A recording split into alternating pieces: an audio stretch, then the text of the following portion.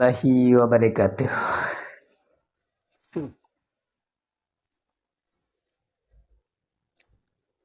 কেউ থাকলে একটু সাড়া টাড়া দিয়েন। ওয়ালাইকুম আসসালাম।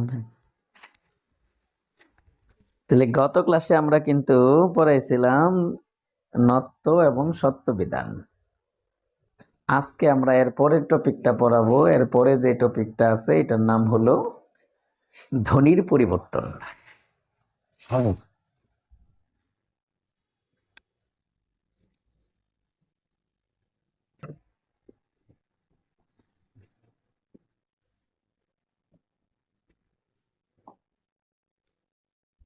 ধ্বনির পরিবর্তন।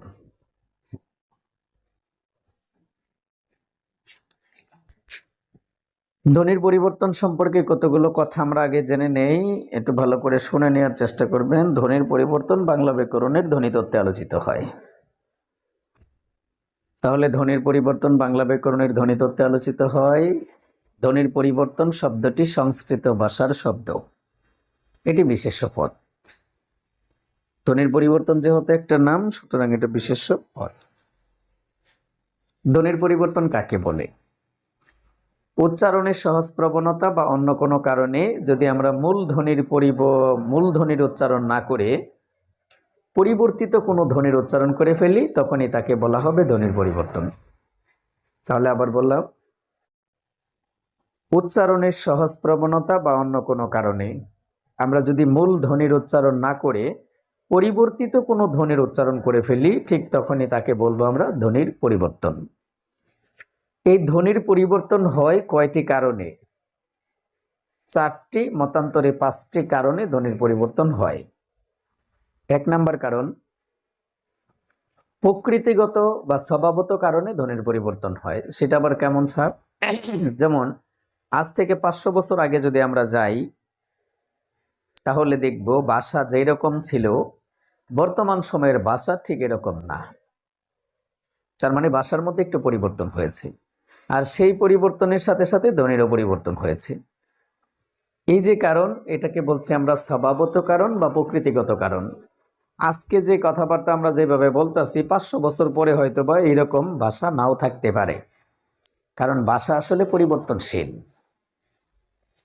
তাহলে একটা কারণ হলো প্রকৃতিগত কারণ। 2 নম্বর কারণটা হলো অঞ্চল ভেদে ধ্বনির পরিবর্তন হয়ে যায়। অঞ্চল ভেদে, যেমন আমরা ময়মনসিংহের মানুষ শালারে বলি হালা, শালিরে বলি হালি, শাকের বলি শাক, তারপরে ওই নেত্রকোনার মানুষ বলে তোরে এতবার কবর দিয়ে আইলাম তাও তুই আইনি না। আচ্ছা বলেন, যারে কবর দিয়ে আসছে এই মানুষটা কেমনে আসবে? তার মানে আসলে খবর দিয়ে আসছে, কিন্তু বলছে কবর দিয়ে আসছে। এভাবে আমরা অনেক সময়ই মূল ধ্বনির উচ্চারণ না করে পরিবর্তিত ধ্বনির উচ্চারণ করে ফেলি আঞ্চলিকতার কারণে। এটা হলো অঞ্চল ভেদে ধ্বনির পরিবর্তন। তাহলে 2টা কারণ গেল। 3 নম্বর কারণটা হলো কারো বাকযন্ত্রে সমস্যা থাকলে সে স্পষ্ট উচ্চারণ করতেই ব্যর্থ হয়, এতে ধ্বনির পরিবর্তন হয়ে যাওয়ার সম্ভাবনা থাকে। তাহলে বাকযন্ত্রের সমস্যা থাকলে সে স্পষ্ট উচ্চারণ করতে পারে না, এজন্য ধ্বনির পরিবর্তন হয়ে যায়। গেল 3টা কারণ। 4 নম্বর কারণটা হলো আমাদের সমাজে কিছু মানুষ আছে যারা খুব শুদ্ধ ভাষায় কথা বলতে চায়। তো শুদ্ধ ভাষায় কথা বলতে যায়া তিনি ধ্বনির পরিবর্তন করে ফেলে। যেমন আমরা ছেলেরা কোনো জিলাপির দোকানে যায় বলি, এই মামা আধা কেজি জিলাপি দাও অথবা হাফ কেজি জিলাপি দাও, কিন্তু একটা মহল আছে যায় বলবে মাম্মা হাফ কেজি জিলিপি দেন তো। তো জিলাপি হয়ে গেল জিলিপি, এতে ধ্বনির পরিবর্তন হয়ে গেল।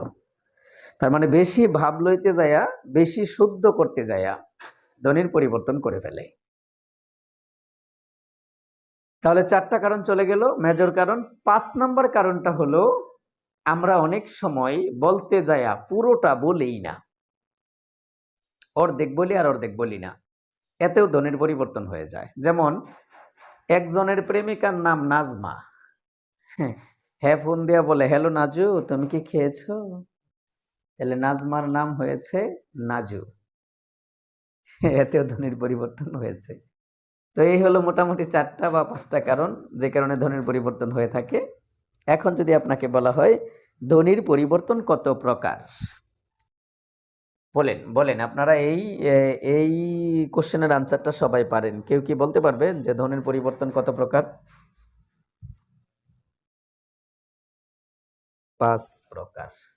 আপনারা বাজারের যত বই আছে পড়তে যাবেন, যায় দেখবেন ধ্বনির পরিবর্তন লেখা আছে 3 প্রকার। তো এই 3 প্রকার ধ্বনির পরিবর্তন পড়া যাবে না। 3 প্রকার ধ্বনির পরিবর্তন পড়া যাবে না কেন? ধ্বনির পরিবর্তন হলো 2 প্রকার। কেন 2 প্রকার এর একটু ব্যাখ্যা শোনেন। আমরা বাংলা ভাষায় স্বরধ্বনি এবং ব্যঞ্জন ধ্বনি এই 2টা ধ্বনি আমরা পড়েছি, নাকি আরো কোনো ধ্বনি আমরা পড়ছি? না, পড়ি নাই। তাহলে পরিবর্তন যদি হয়, ধ্বনির পরিবর্তন যদি হয়, তাহলে একটা হবে স্বরধ্বনির পরিবর্তন আর একটা হবে ব্যঞ্জন ধ্বনির পরিবর্তন। এই জন্য যদি কোশ্চেন হয় ধ্বনির পরিবর্তন কত প্রকার, আমরা উত্তর দিব 2 প্রকার। কিন্তু কোশ্চেনটা যদি এমন হয় ধ্বনির পরিবর্তনের রীতি প্রকৃতি কত প্রকার, রীতি প্রকৃতি কত প্রকার, সেক্ষেত্রে আমরা উত্তর দিব ধ্বনির পরিবর্তনের রীতি প্রকৃতি হলো 3 প্রকার। 3 প্রকার। তাহলে রীতি প্রকৃতি 3 প্রকার, ধ্বনির পরিবর্তন হলো 2 প্রকার। স্যার এই 3 প্রকার কি কি? শব্দের মধ্যে ধ্বনির আগমন ঘটবে, শব্দের মধ্যে ধ্বনির রূপান্তর ঘটবে, আবার শব্দ থেকে ধ্বনি হারিয়ে যাবে। এই 3টাকে বলছি আমরা রীতি প্রকৃতি। শব্দের মধ্যে ধ্বনি আসবে, শব্দ থেকে ধ্বনি চলে যাবে, শব্দের মধ্যে ধ্বনি তার স্থান পরিবর্তন করবে। এই 3টাকে বলছি আমরা ধ্বনি পরিবর্তনের রীতি প্রকৃতি। তাই যদি বলা হয় ধ্বনি পরিবর্তনের রীতি প্রকৃতি কত প্রকার, আমরা উত্তর দেব 3 প্রকার। ধ্বনি বিজ্ঞানীগণ এখনো পর্যন্ত ধ্বনির পরিবর্তনের কয়টা সূত্রের আবিষ্কার করেছেন? আমরা উত্তর দিব 4টি। 4টি সূত্রের আবিষ্কার করেছেন। ধ্বনির পরিবর্তনের সূতিকাগার বলা হয় কোন দেশকে, অর্থাৎ ধ্বনির পরিবর্তনের সূত্রপাত হয়েছে কোন দেশে? আমরা উত্তর দিব জার্মানিতে। জার্মানিতে ধ্বনির পরিবর্তনের সূত্রপাত হয়েছিল। আরেকটা কোশ্চেন হতে পারে, সেটা হলো অপিনিহিতি। এই অপিনিহিতি পরিভাষাটি সর্বপ্রথম কে ব্যবহার করেছিল? আমরা উত্তর দিব ডক্টর সুনীতি কুমার চট্টোপাধ্যায়। অপিনিহিতি পরিভাষাটি সর্বপ্রথম ব্যবহার করেছেন ডক্টর সুনীতি কুমার চট্টোপাধ্যায়। অপিনিহিতি শব্দটার ইংরেজি কি? অ্যাপেনথিসিস। অ্যাপেনথিসিস এ দিয়া। হায়াত মাহমুদ স্যার তার ভাষা শিক্ষা গ্রন্থে বলেছেন ইদিয়া, ইপিনথিসিস। তাহলে হায়াত মাহমুদ স্যার বলেছেন ইপিনথিসিস, আর নবম দশম শ্রেণীর বোর্ড বই বলেছে অ্যাপেনথিসিস। তাই যদি কোশ্চেন আসে অপিনিহিতির ইংরেজি কি, আমরা উত্তর দিব অ্যাপেনথিসিস, না থাকলে উত্তর দিব ইপিনথিসিস। আচ্ছা, এবার যদি বলা হয় যুক্ত বর্ণ, যুক্ত বর্ণ 2টাই যদি থাকে তাহলে এটা অ্যাপ্রোপ্রিয়েট, নবম দশম শ্রেণীর বোর্ড বইয়ের অ্যাপ্রোপ্রিয়েট। যুক্ত বর্ণ ভেঙে যদি রস্বই ধ্বনি আসে, রস্বই ধ্বনি আসে, যুক্ত বর্ণ ভেঙে রস্বই ধ্বনি আসলে সেটা হবে মধ্যস্বরাগম। যুক্ত বর্ণ ভেঙে রস্বই ধ্বনি আসলে এটা হবে মধ্যস্বরাগম। আর যুক্ত বর্ণ ঠিকই থাকবে, অতিরিক্ত রস্বই ধ্বনি আসবে, তখন সেটা হয়ে যাবে অপিনিহিতি। যুক্ত বর্ণ ভেঙে যদি কোনো রস্বই ধ্বনির আগমন ঘটে তাহলে সেটা হয়ে যাবে মধ্যস্বরাগম। আর যুক্ত বর্ণ ঠিকই থাকবে, রস্বই ধ্বনি আসবে অতিরিক্ত, তখন এটা হয়ে যাবে অপিনিহিতি, তখন এটা হয়ে যাবে অপিনিহিতি। এই যে কথাগুলো আমরা বললাম এগুলো সব আপনারা পেয়ে যাবেন ধ্বনির পরিবর্তন বিষয়ক জিজ্ঞাসা। ধ্বনির পরিবর্তন বিষয়ক জিজ্ঞাসার মধ্যে এগুলো সব দেয়া আছে। যদি আপনাদের কারো প্রয়োজন পড়ে তাহলে আপনারা অনলাইন ডিরেক্টরকে বলবেন বই থেকে পিক তুলে ধ্বনির পরিবর্তন বিষয়ক জিজ্ঞাসা অংশটা দিয়ে দিবে, আপনারা ওখান থেকে নোট করে নেবেন। অথবা আমি সব বলে দিয়েছি, আপনারা ভিডিওটা বারবার শুনেও নোট করে ফেলতে পারবেন। এখন আমরা চলে যাব ধ্বনির পরিবর্তনের নিয়মগুলোতে। অনেকগুলো নিয়ম পড়াতে হবে এবং আজকের ক্লাসে ধ্বনির পরিবর্তন শেষ করতে হবে। চলুন দেখি।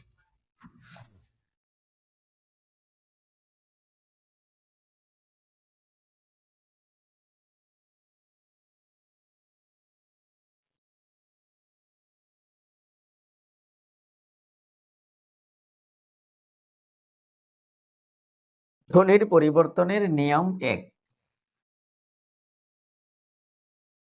আদি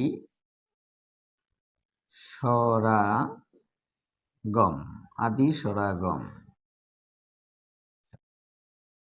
শিরোনামের মধ্যেই ধ্বনির পরিবর্তন দেয়া আছে। আদি মানে শুরুতেই বা প্রথমেই, স্বর মানে স্বরবর্ণ, আগম মানে আগমন। অর্থাৎ শব্দের শুরুতেই যদি একটা স্বরধ্বনির আগমন ঘটে, ঠিক তখনই আমরা তাকে বলবো আদি স্বরাগম। এক্সাম্পল, আমরা যদি বলি স্কুল, এই স্কুলকে আমরা অনেকেই বলে থাকি স্কুল। স্কুল, তাহলে দেখেন এই যে স্কুল, এই যে স্কুল ঠিকই আছে। তাহলে শব্দের শুরুতে একটা রস্যই ধ্বনি আসলো। আসলো কোথায়? শুরুতে, এজন্য আদি। এটা কি বর্ণ? স্বরবর্ণ না ব্যঞ্জন বর্ণ? স্বরবর্ণ, এজন্য স্বর। এটা কি আসছে না চলে গেছে? আসছে, এজন্য আগম। তাহলে স্কুল থেকে স্কুল, এটা হলো আদি স্বরাগম। আচ্ছা, এখানে একটা চিহ্ন দেয়া আছে, ভালো করে বুঝেন।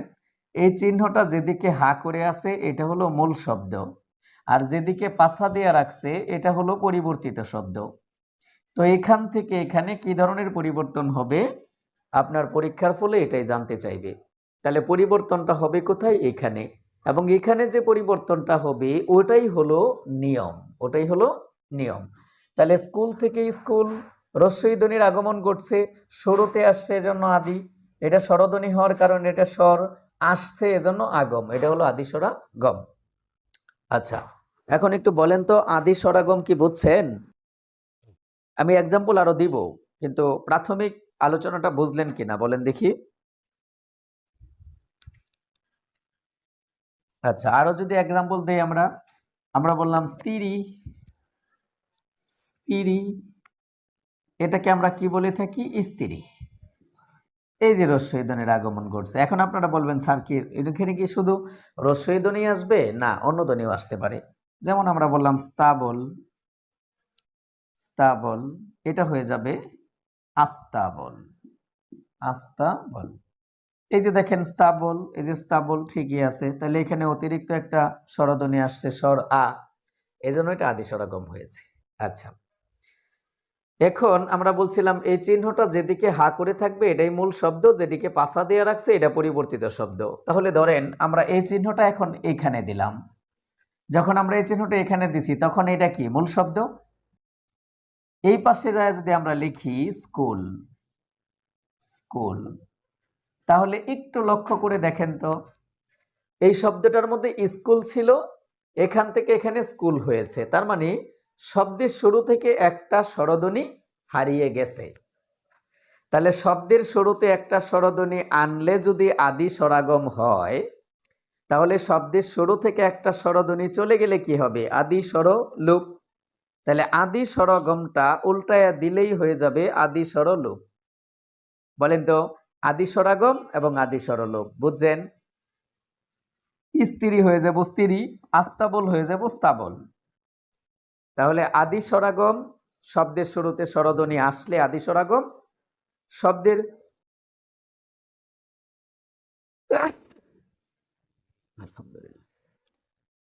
শব্দের শুরু থেকে স্বরধ্বনি চলে গেলে হবে আদি স্বরলোপ।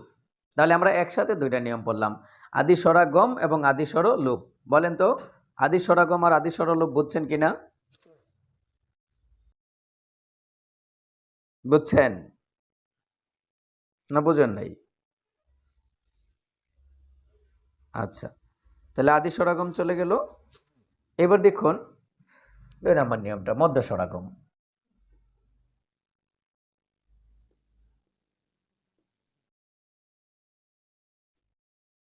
মধ্য স্বরাগম, আদি স্বরাগম যখন বুঝছেন তখন মধ্য স্বরাগম আরো সহজ। মধ্য মানে মাঝখানে, স্বর মানে স্বরবর্ণ, আগম মানে আগমন, শব্দের মাঝখানে একটা স্বরধ্বনির আগমন ঘটবে, তাকে বলবো আমরা মধ্য স্বরাগম।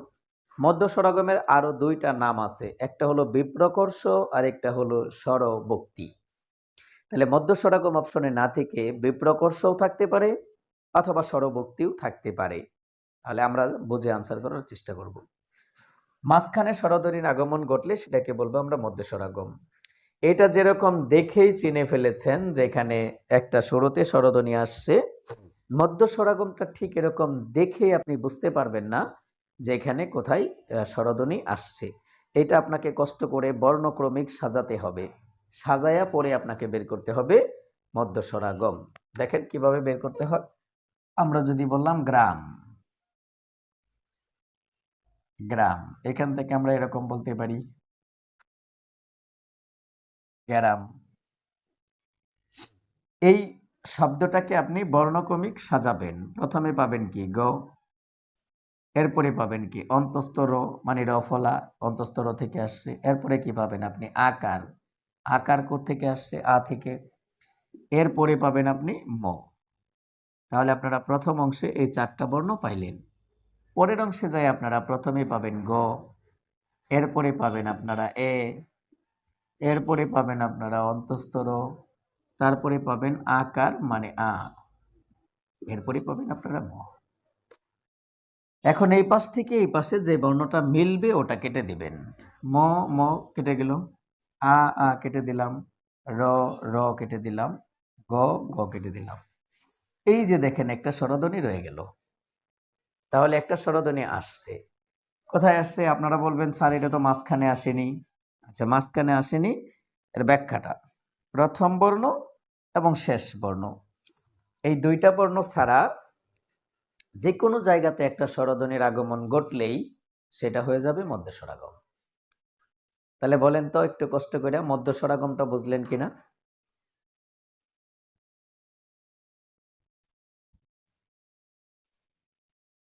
আচ্ছা, ধরেন আমরা আরো বললাম ক্লাস,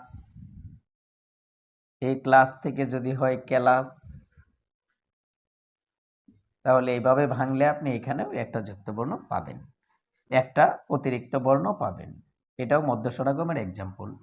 এই যে যে আমি আপনাকে মধ্য স্বরাগমটা বের করা ভেঙে দেখাইলাম, এটা হলো প্রকৃত গ্রামার। এটাই ব্যাকরণবিদরা বোঝানোর এবং দেখানোর চেষ্টা করেছিল আমাদের। এখন এইটাকে আপনি একটা টেকনিকে অন্যভাবেও মনে রাখতে পারেন। তাহলে স্যার টেকনিকটা কি? চলুন একটু জেনে নেই। এই যে এই প্রথম অংশটার মধ্যে দেখেন একটা যুক্ত বর্ণ আছে, এই অংশটার মধ্যেও দেখেন একটা যুক্ত বর্ণ আছে। এই যুক্ত বর্ণটা দেখেন এই পাশে ভেঙে লেখা হয়েছে, এই যুক্ত বর্ণটাও দেখেন এই পাশে ভেঙে লেখা হয়েছে।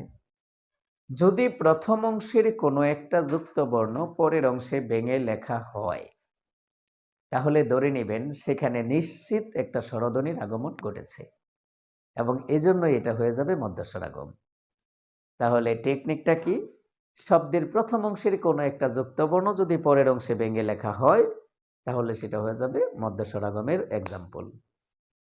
বলেন তো বুঝলেন? তাহলে আমি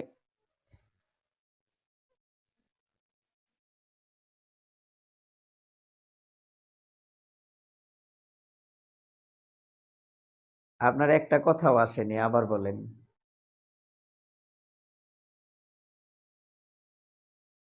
হ্যাঁ, বলেন।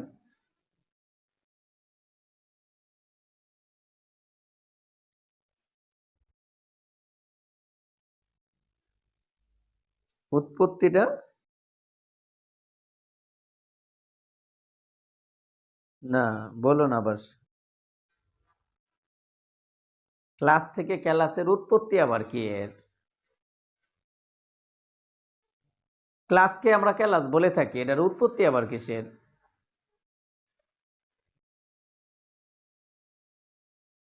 ক্যালাসটা, ক্যালাসটা কেন বললেন? এমনিই বলেন, আঞ্চলিকতার খাতিরে বলেন, মন চাই বলেন, স্পষ্ট উচ্চারণ করেন না, এজন্য বলেন। তাহলে স্কুলকে স্কুল কেন বলেন, স্ত্রীকে স্ত্রী কেন বলেন? প্রয়োজনটা কি? প্রয়োজন ছাড়াই বলি, আর বলার কারণেই ধ্বনির পরিবর্তন হয়, আর পরিবর্তন হয় দেখেই আপনার এখন বড় লাগতেছে। হচ্ছে যদি একটা পরিবর্তন না করতাম আমরা, তাহলে আর ফরন লাগতো না।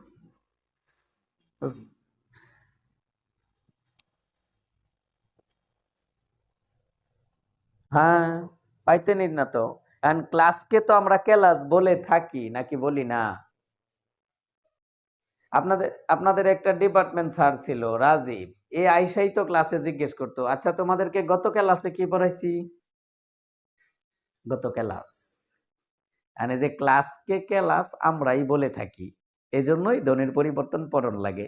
মনে রাখবেন, আমরা যাই পড়ি তাই আমরাই তৈরি করেছি প্রকৃতিতে, পরে আমরা এটা পড়ি। বলেন, এই যে রবীন্দ্রনাথ ঠাকুরের চোখের বালি পড়বেন, হ্যাঁ কি এটা মন গড়া লিখে লাইছে? ওই যে বিধবা মেয়ের সাথে দুইজনে হুড়াহুড়ি করে প্রেম করছে, এটা দেখেই লিখছে। প্রেম করছেন কে? যদি না করতেন তাহলে তো লেখলই না। বুঝছেন ঘটনাটা? তার মানে প্রকৃতিতে সৃষ্ট কোন আঞ্চলিক ভাষা মনে রাখা কঠিন? কি এর কঠিন? আঞ্চলিকতা শুনবেন মানে। আচ্ছা ধরেন এটা যদি আমরা উল্টায়া দেই, উল্টায়া দেয় গ্রাম থেকে যদি আমরা গ্রাম লিখি, তাহলে আমরা দেখব যে শব্দের এখান থেকে এই বর্ণটা হারিয়ে গেছে, তাহলে এটা হয়ে যাবে মধ্যস্বরাগম। সরি, মধ্যস্বরলোপ। তাহলে মধ্যস্বরাগমের এক্সাম্পলটা উল্টায় দিলে হয়ে যাবে মধ্যস্বরলোপ। তাহলে ক্লাস থেকে যদি আমরা ক্লাস লিখি, তাহলে এখানে আমরা দেখতে পাবো শব্দের মাঝখান থেকে একটা বর্ণ হারিয়ে যাবে, এজন্য এটা উত্তর হয়ে যাবে মধ্যস্বরলোপ। তার মানে মধ্যস্বরাগম উল্টায় দিলে মধ্যস্বরলোপ হয়ে যাবে। তাহলে আমরা একসাথে 4টা নিয়ম পড়ে ফেললাম। এখন দেখুন অন্তঃস্বরাগম, এটাও সহজ। যদি এই দুইটা বুঝে থাকেন তাহলে ওইটা পানির মতো সহজ, আর না বুঝলে তো ওটাও কঠিন। দেখুন 3 নাম্বার অন্তঃস্বরাগম।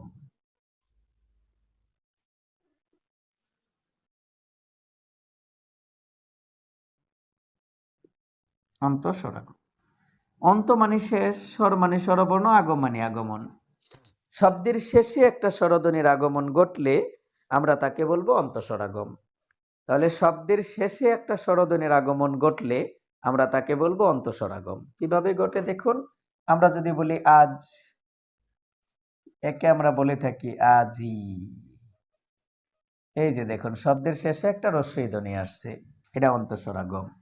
আমরা যদি বলি সত্য, এটাকে আমরা বলে থাকি এইভাবে, সত্যি, কিরে তুই সত্যি কইছস। তাহলে শব্দের শেষে একটা রস্বই ধ্বনি আসছে, আসার কারণে এটা হয়ে গেল অন্তঃস্বরাগম। এখন এই চিহ্নটা এখানে দেয়া, এই আজটা যদি আমরা এই পাশে নেই, তাহলে শব্দের শেষ থেকে একটা স্বরধ্বনি হারিয়ে গেল, এটা হয়ে যাবে অন্তঃস্বরলোপ। এই চিহ্নটা এখানে দিয়ে সত্যটা যদি আমরা এই পাশে নেই, তাহলে শব্দের শেষ থেকে একটা স্বরধ্বনি হারিয়ে গেল, এটা হয়ে যাবে অন্তঃস্বরলোপ। তাহলে অন্তঃস্বরাগম উল্টায় দিলে অন্তঃস্বরলোপ, আদি স্বরাগম উল্টায় দিলে আদি স্বরলোপ, মধ্য স্বরাগম উল্টায় দিলে মধ্যস্বরলোপ। এই ছিল আমাদের 6টা নিয়ম, পড়ে ফেললাম আমরা চোখের পলকে। এই 6টা নিয়মের আমাদের বইয়ের মধ্যে 4 নাম্বারে একটা নিয়মে দেয়া আছে অন্তঃস্বরাগম, মধ্য, আদি স্বরলোপ, মধ্য স্বরলোপ, অন্তঃস্বরলোপ। এই 3টা পড়া একটা নিয়মে দেয়া আছে এবং ওই নিয়মের নাম্বারিং করা হয়েছে 4 নাম্বার।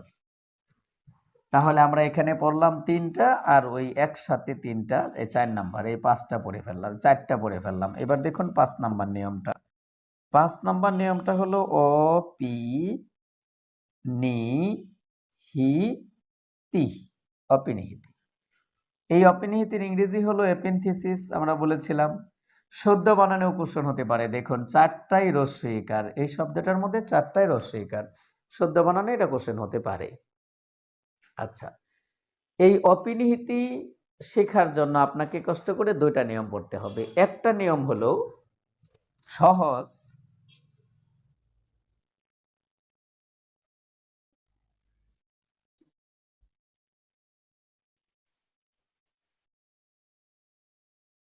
শব্দের প্রথম অংশে যেখানে রস্যইকার বা রস্যৌকার থাকবে, আপনারা একটু ভালো করে শুনবেন। শব্দের প্রথম অংশে যেখানে রস্যইকার বা রস্যৌকার থাকবে, আপনারা তো নিশ্চয়ই জানা আছে যে কার বা ফলা সবসময় মূল বর্ণের পরে বসে। তাহলে রস্যইকার বসুক আর রস্যৌকার বসুক, যেটাই বসুক, বসছে কোথায়? মূল বর্ণের পরে। পরের অংশে যায়া এই রস্যইকার বা এই রস্যৌকারটাই যেই বর্ণটার পরে বসেছিল, পরের অংশে যায় ওই বর্ণটার আগে চলে আসবে। তাহলে আগে যদি চলে আসে, কিভাবে আসবে? কার রূপে আর ফলা রূপে তো আসতে পারবে না, কারণ কার বা ফলা সবসময় তো পরেই বসে। তাহলে যদি সে আসতে চায়, তাহলে তাকে মূল বর্ণ রূপে আসতে হবে। এক্সাম্পলটা দেখো, যদি আমরা বলি আজি, এই যে আজি কথাটা আমরা বললাম, এখানে রস্যইকারটা কোথায়? বর্গীয় জয়ের পরে। এখন এই রস্যইটা বর্গীয় জর আগে চলে আসবে। তাহলে যদি আগে আসে, তাহলে শব্দটা কেমন হবে?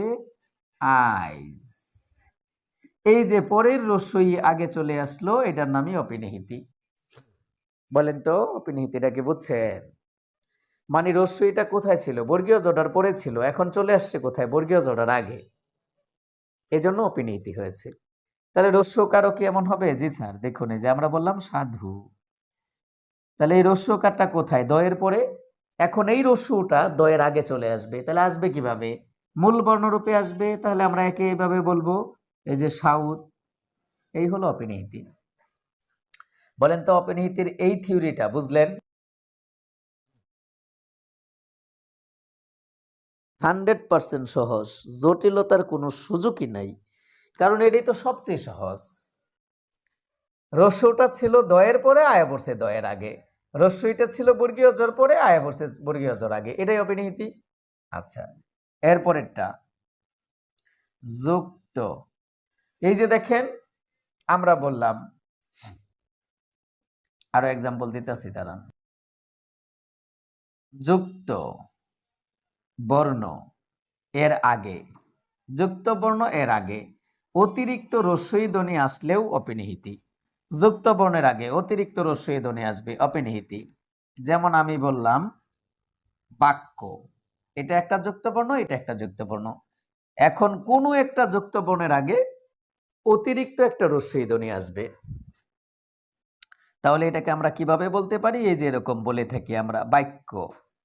এই যে দেখেন, যুক্ত বর্ণ ঠিকই আছে, অতিরিক্ত রস্যই ধ্বনি এসেছে। এটাকে আমরা বলেছি অপিনিহিতি। ধরেন আমরা বললাম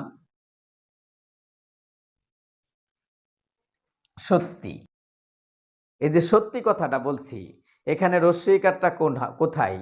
তৈজফলা এর পরে। সত্যি মানে তৈজফলার পরে। এখন এই রস্যই ধ্বনিটাই তৈজফলার আগে চলে আসবে। কিভাবে আসবে? এই যে আমরা বললাম সত্য, এই যে তৈজফলার আগে চলে আসছে, এটি তো অপিনিহিতি। তার মানে রস্যইটা পরে থাকবে, আগে চলে আসবে, অপিনিহিতি। ধরেন আমরা আরো বললাম বক্ষ, বক্ষ। এই যে একটা যুক্ত বর্ণ আছে, এর আগে একটা অতিরিক্ত রস্যই ধ্বনি আসবে, অপিনিহিতি। তাহলে আমরা বললাম বৈক্ষ। এটাই হলো অপিনিহিতি। বলেন, বুঝলেন? আরে নাক দিয়ে পানি। আচ্ছা, অপিনিহিতি চলে গেল। বলেন, আপনারা যারা যুক্ত আছেন কথা বলেন একজন, বাকিরা বলেন না কেন? খালি এক ভাই কথা কয়, এটা সবাই কথা টথা কইেন। অনলাইনে ক্লাস নেওয়াতে এমনিতেই বিরক্তিকর, কথা টথা না বললে ভাল লাগে। বাংলা ক্লাসই হলো কথার ক্লাস। এই কথা বলার কারণে কত কথা হইলো, তারপরেও কথা কই, আর আপনারা কথা না কইলে ক্লাসটা কেমনে নিমু কোন দেখি? 6 নাম্বার নিয়মটা অসমীকরণ। অসমীকরণ, অসমীকরণ খুবই সহজ। অসমীকরণের শুরুতে দেয়া আছে অ। ওটা যদি আমরা বাদ দেই, শব্দটা থাকে সমীকরণ। এই সমীকরণ কথার অর্থ হচ্ছে মিল, গুছানো, সাজানো, শৃঙ্খলাবদ্ধ। সমীকরণ কথার অর্থ গোছালো, সাজানো, মিল, শৃঙ্খলাবদ্ধ। তাহলে শব্দটা শৃঙ্খলাবদ্ধ থাকবে, এটাকে আমরা কি করব? অসমীকরণ বানাবো, মানে আমরা অগোছালো বানাবো। থাকবে গোছালো, বানাবো অগোছালো, তাহলে অসমীকরণ হয়ে যাবে। তাহলে অগোছালো কিরকম গোছালো কিভাবে থাকবে আর অগোছালো আমরা কিভাবে বানাবো, এটা জানলেই হয়ে গেল। জানেন সংজ্ঞাটা কি? একই রকম শব্দের পুনরাবৃত্তি দূর করার জন্য, একই রকম শব্দের পুনরাবৃত্তি দূর করার জন্য শব্দের মাঝখানে একটা আ ধ্বনির আগমনকে আমরা বলবো অসমীকরণ। তাহলে একই রকম দুইটা শব্দ থাকবে প্রথম অংশে, এই দুইটা শব্দের মাঝখানে পরের অংশে যায় একটা আকার হয়ে যাবে, এটাই হয়ে যাবে অসমীকরণ। পানির মতো সহজ। দেখেন আমরা বললাম দব দব, একই রকম দুইটা শব্দ আছে দব দব। তাহলে একই রকম দুইটা শব্দ থাকলে কি হয়? পুনরাবৃত্ত হয়। তাহলে এটা পুনরাবৃত্তি হচ্ছে দব দব। এখন এই দুইটা শব্দের মাঝখানে একটা আকার লাগাই দিব খালি, তাহলে আমরা কি বলতে পারি? ধপা ধপ। এটাই হয়ে গেল অসমীকরণ। বলেন অসমীকরণ বুঝছেন?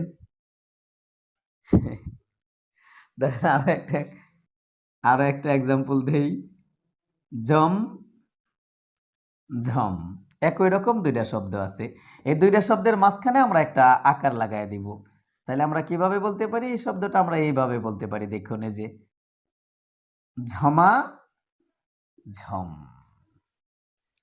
তাহলে আমরা যদি বলি টপ টপ, বলেন তো এটা কি হইব? হ্যাঁ, এই তো বুঝে লাইছেন। তাহলে আমরা ছোটবেলায় ভাত না খাইতে চাইলে মা বলতো, এই বাবা গপ গপ খেয়ে ফেলো, এই সেই এই শেয়াল আয়া পড়তেছে, অমুক আয়া পড়তেছে, তমুক আয়া পড়তেছে। তাহলে এই গপ গপটাকে এখন আমরা বলবো গপা গপ, হয়ে যাবে অসমীকরণ। তাহলে অসমীকরণ পড়ে ফেললাম। এবার দেখুন 7 নাম্বার। 7 নাম্বার থেকে যতগুলো রুলস আমরা পড়াবো এগুলো সব আমরা একসাথে দুইটা করে নিয়ম পড়াবো। তাহলে 7 নাম্বারে আমরা পড়াবো, দেখুন স্বরসঙ্গতি। স্বরসঙ্গতি, এটা হবে সমীকরণ। এই সমীকরণের আরেক নাম সমীভবন। সমীভবন। তাহলে দুইটা একসাথে পড়বো। স্যার কেন আমরা দুইটা একসাথে পড়বো? এই দুইটার প্রকারভেদগুলো প্রায় সেম সেম।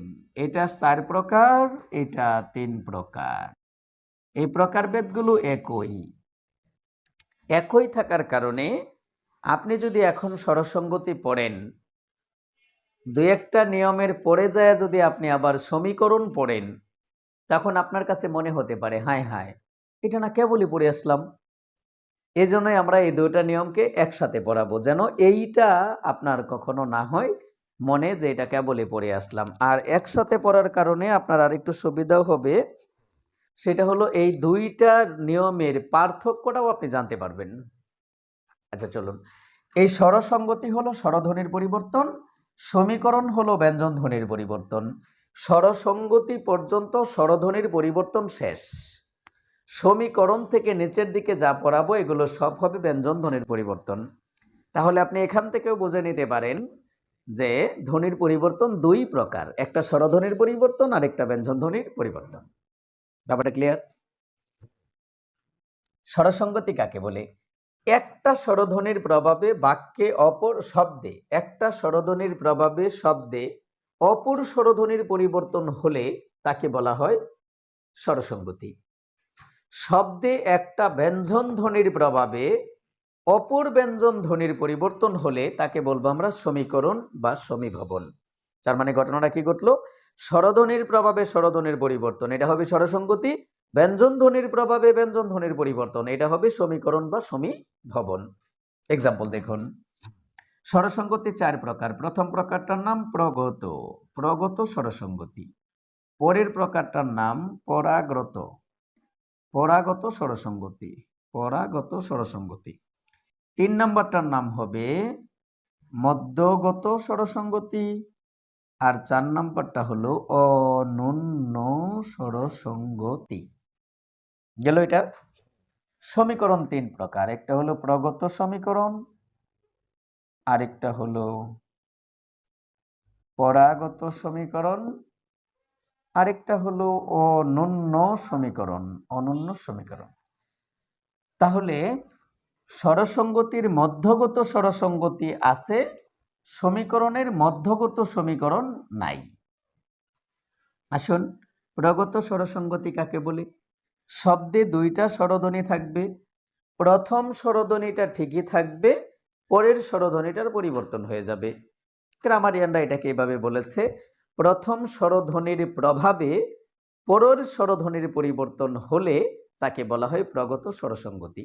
তাহলে আমরা এতটা জটিলতার মধ্যে যাব না, আমরা বলবো শব্দের মধ্যে দুইটা স্বরধ্বনি থাকবে, প্রথম স্বরধ্বনিটা ঠিকই থাকবে, পরের স্বরধ্বনিটার পরিবর্তন হয়ে যাবে, তাহলে হয়ে যাবে প্রগত স্বরসঙ্গতি।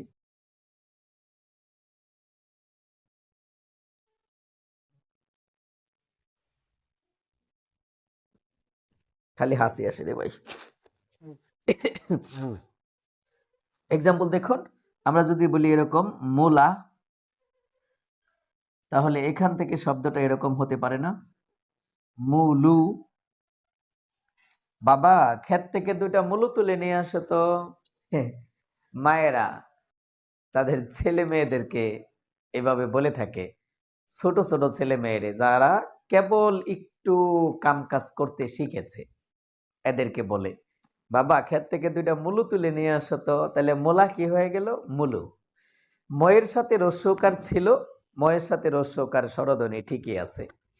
লয়ের সাথে স্বরধ্বনি ছিল কি? আকার, পরিবর্তন হয়েছে উকার। তাহলে প্রথম স্বরধ্বনি ঠিক, পরের স্বরধ্বনির পরিবর্তন, একে আমরা কি বললাম? প্রগত স্বরসঙ্গতি বললাম। তাহলে প্রগত সমীকরণটা কেমন হবে? প্রথম ব্যঞ্জন ধ্বনিটা ঠিক থাকবে, পরের ব্যঞ্জন ধ্বনিটার পরিবর্তন হয়ে যাবে। কিরকম সেটা দেখুন তো।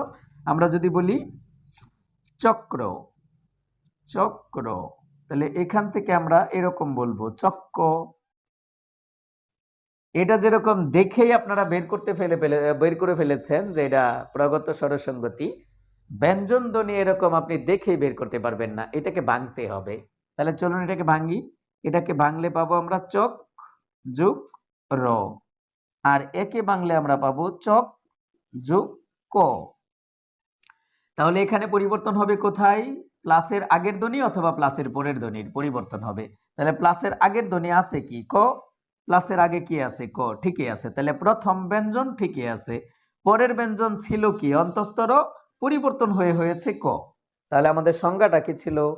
প্রথম ব্যঞ্জন ধ্বনি ঠিকই থাকবে, পরের ব্যঞ্জন ধ্বনির পরিবর্তন হবে, এটাই হবে প্রগত সমীকরণ। বলেন তো, প্রগত স্বরসঙ্গতি আর প্রগত সমীকরণটা বুঝছেন কিনা?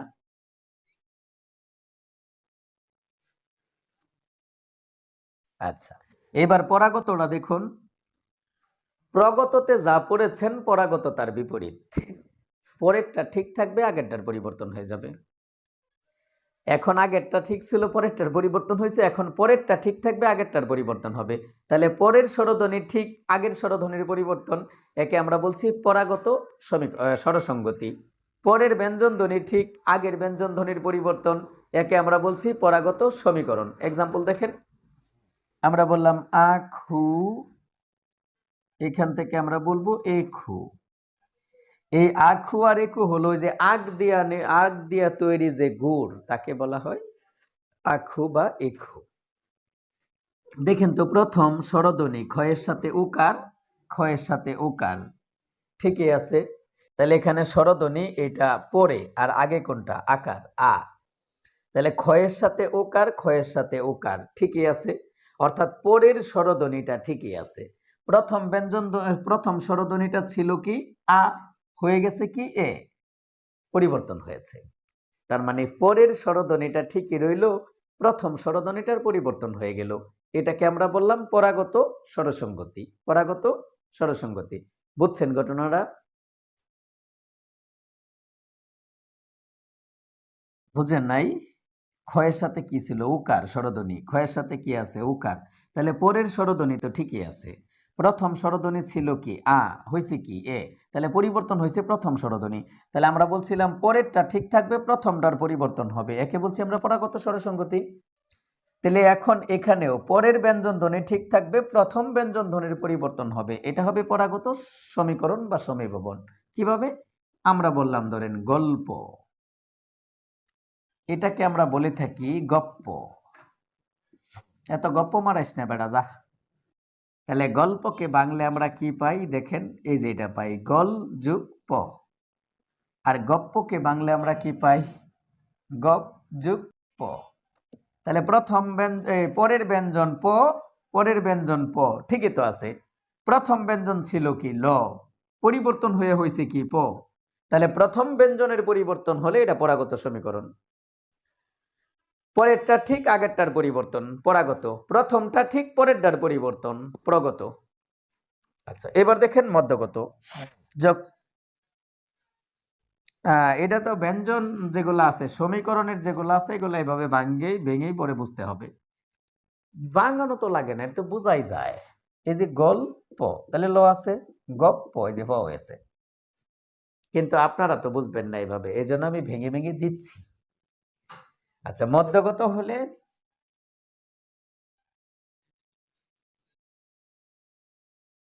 পরের বর্ণটাই চেঞ্জ হইলো কিভাবে? হ্যাঁ, আচ্ছা, পরের বর্ণটাই চেঞ্জ হয়েছে না, দেখেন। এই যে গ লয় প, তার মানে শেষে কি আছে, প আছে। তাহলে গ প প, তাহলে শেষে কি, প তো আছেই। তাহলে প্রথম পটাই পরিবর্তন হয়ে ল হয়েছে, বা লটা পরিবর্তন হয়ে প হয়েছে। এবার দেখুন মধ্য স্বরাগম মানে কি, মাঝখানেটার পরিবর্তন হবে। তাহলে এখানে স্বরধ্বনি থাকবে তিনটা। ওই যে আমরা বলছিলাম জি লা পি, এটা হয়ে যাবে জি লি পি। জয়ের সাথে রস্বইকার, জয়ের সাথে রস্বইকার, ঠিকই আছে। পয়ের সাথে রস্বইকার, পয়ের সাথে রস্বইকার, ঠিকই আছে। মাঝখানে ছিল কি ল আকার লা, হয়ে গেল কি ল রস্বইকার লি, লা লি। তার মানে মাঝখানের স্বরধ্বনি আকার পরিবর্তন হয়ে রস্বইকার হয়ে গেল। ব্যঞ্জন ধ্বনি ল ল কিন্তু ঠিকই আছে। তাহলে মাঝখানের স্বরধ্বনির পরিবর্তন হইলে এটাকে আমরা বলবো মধ্যগত স্বরসংগতি। আরো এক্সাম্পল আছে, বেলাতি বিলেতি, হিসাবি হিসিবি, বুঝছেন। অনন্য, দুইটা স্বরধ্বনি থাকবে, দুইটারই পরিবর্তন হয়ে যাবে। তাহলে আমরা এরকম বলতে পারি মোজা, এটাকে আমরা এরকম বলতে পারি মুজু। বাবু মুজু দুটি পরে ফেলো, তা না হয়তো ঠান্ডা লেগে যাবে। তাই মোজা হয়ে গেল মুজু, ধ্বনির পরিবর্তন হয়ে গেল। তাহলে এখানে ময়ের সাথে ছিল কি উকার, এখন ময়ের সাথে হয়েছে কি রস্য উকার, পরিবর্তন হয়েছে। বর্গীয় জর সাথে ছিল কি আকার, বর্গীয় জর সাথে হয়েছে কি উকার। তার মানে দুইটা স্বরধ্বনি ছিল, দুইটা স্বরধ্বনিরই পরিবর্তন হয়ে গেল। দুইটা স্বরধ্বনিরই পরিবর্তন হয়ে গেলে সেটাকে আমরা বলে থাকি অনন্য স্বরসংগতি। তাহলে এখানেও দুইটা ব্যঞ্জন ধ্বনি থাকবে, দুইটা ব্যঞ্জন ধ্বনিরই পরিবর্তন হয়ে যাবে, তখন এটা হবে অনন্য সমীকরণ। দেখুন তো, আমরা যদি এরকম বলি চি কিত সা, এখান থেকে আমরা এরকম বলবো চি কিত ছা। এটাকে বাংলায় আমরা এরকম পাবো চি কিত যোগ সা। এটাকে বাংলায় আমরা এরকম পাবো চি কিচ যোগ ছা, চিকিৎসা। তাহলে প্লাসের আগে আছে কি খণ্ডত, পরিবর্তন হয়ে হয়েছে কি চ। প্লাসের পরে আছে কি দন্ত স, পরিবর্তন হয়ে হয়েছে কি ছ। দুটাই পরিবর্তন হয়ে গেল। যখনই দুটাই পরিবর্তন হয়ে গেল, তখনই আমরা একে বললাম অনন্য স্বরসংগতি। বলেন এই পর্যন্ত বুঝলেন?